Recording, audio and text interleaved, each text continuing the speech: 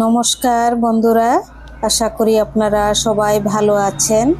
আজ আমি আপনাদেরকে আটা দিয়ে আর সুজি দিয়ে একটি স্পেশাল স্ন্যাক্স বানিয়ে দেখাবো, নিরামিষ। তো চলুন দেখে নেবেন এটি আমি কিভাবে স্পেশালভাবে স্ন্যাক্সটি বানাই। প্রথমে দেখুন, এক বাটি আটা নিয়েছি।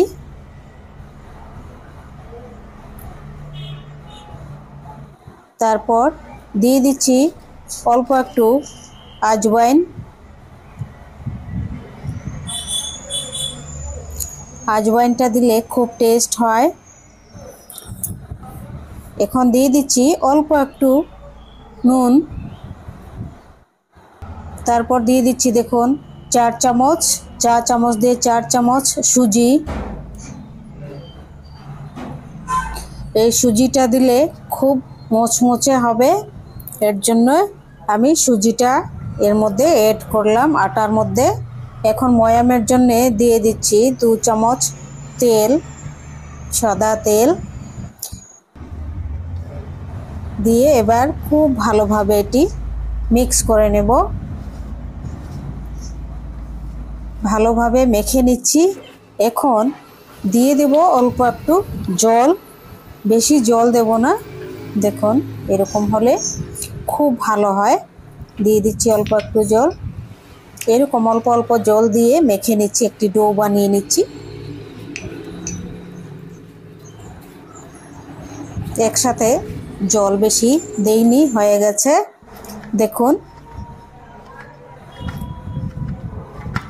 ডোটি তৈরি হয়ে গেছে, খুব সফট। কিন্তু এটি যখন আমি বানাবো খুব মচমচে হবে।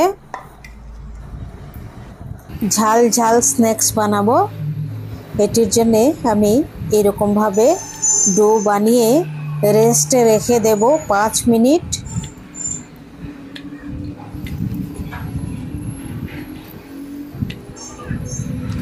আটটা ডো বানাবো, 8টা হয়ে গেছে।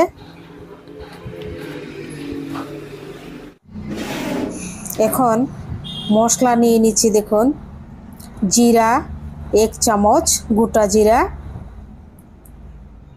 তারপর গোটা মৌরি নিয়ে নিচ্ছি 1 চামচ। এটি চা চামচ দিয়ে 1 চামচ আমি মেপে নিয়েছি। তারপর গোটা ধনিয়া 1 চামচ। এগুলো এখন আমি বেটে নেব। বেশি মিহি করব না, জল ছাড়া বেটে নিচ্ছি।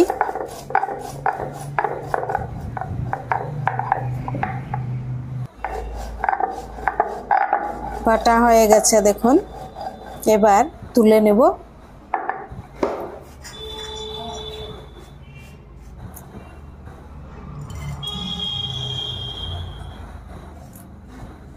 অল্প একটু মিহি কম হয়েছে, এটি খুব সুন্দর হবে, সুস্বাদু হবে এর জন্যে। এখন আরেকটি মশলা নিয়ে নিচ্ছি। দেখুন অল্প একটু আদা আর 3টি কাঁচা লঙ্কা। এটিও মিহি করে আমি বাটবো না।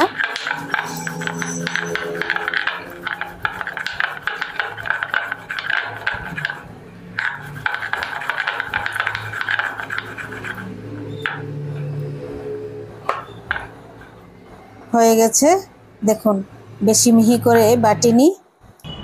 এখন 1 চামচ তেলের মধ্যে আমি দিয়ে দিচ্ছি সামান্য অল্প হিং, একদম সামান্য, সুন্দর গন্ধর জন্যে। এবার ফোড়নে দিয়ে দিচ্ছি অল্প একটু গোটা জিরা, একদম সামান্য। এবার দিয়ে দেব 2টি সেদ্ধ করে রাখা আলু।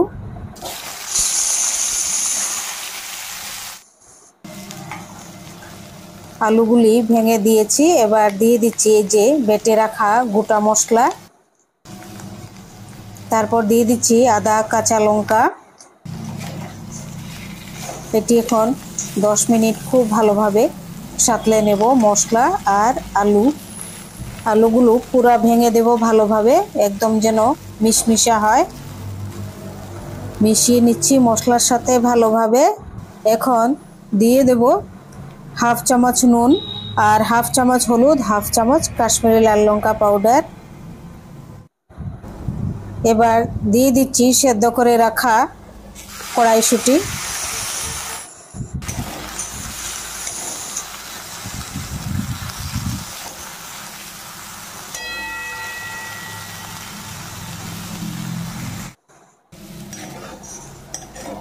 হয়ে গেছে, স্টাফিংটি তৈরি হয়ে গেছে। দেখুন খুব সুন্দর গন্ধ বেরোচ্ছে এই মশলার জন্যে আর হিং দেওয়ার কারণে।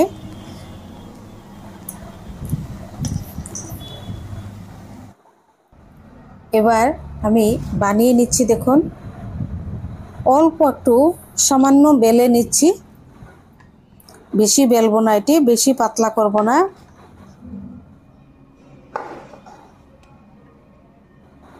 এরকম ভাবে বেলে তারপর স্টাফিংটা দিয়ে দেব।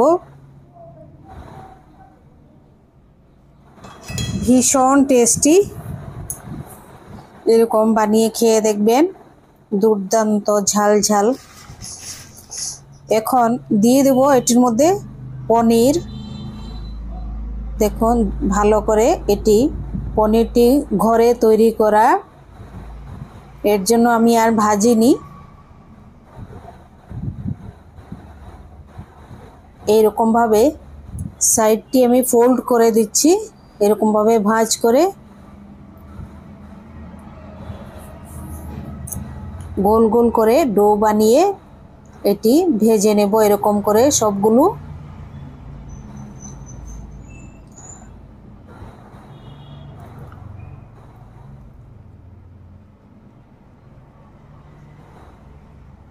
আপনাদের যদি রেসিপিগুলো ভালো লাগে সাবস্ক্রাইব করবেন, লাইক করবেন, শেয়ার করবেন আর কমেন্ট করে জানাবেন এই নিরামিষ স্ন্যাক্স রেসিপিটি কেমন হয়েছে।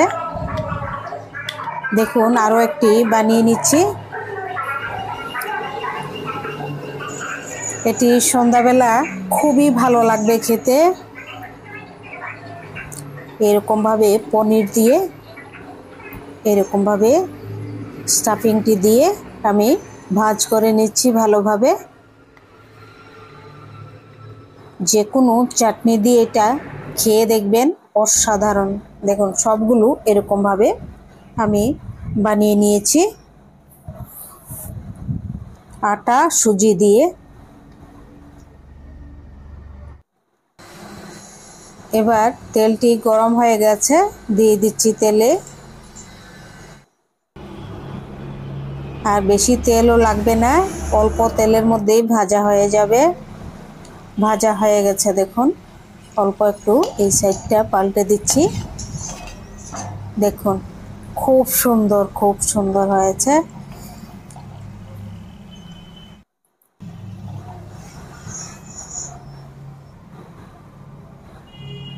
এটি তুলে নিচ্ছি, একদম মোচমোচে হয়েছে।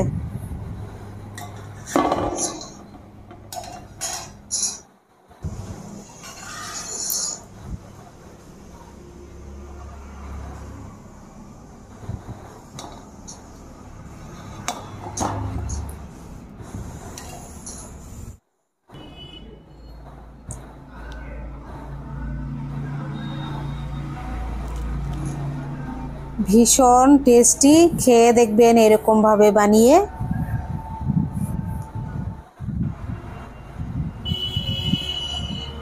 আপনারা আমার চ্যানেলটি সাবস্ক্রাইব করবেন আর ভিডিওটি ফুল ভিডিও দেখবেন, মানে স্কিপ না করে সম্পূর্ণ ভিডিওটি রেসিপিটি দেখবেন, তাহলে আমি সফল হতে পারবো।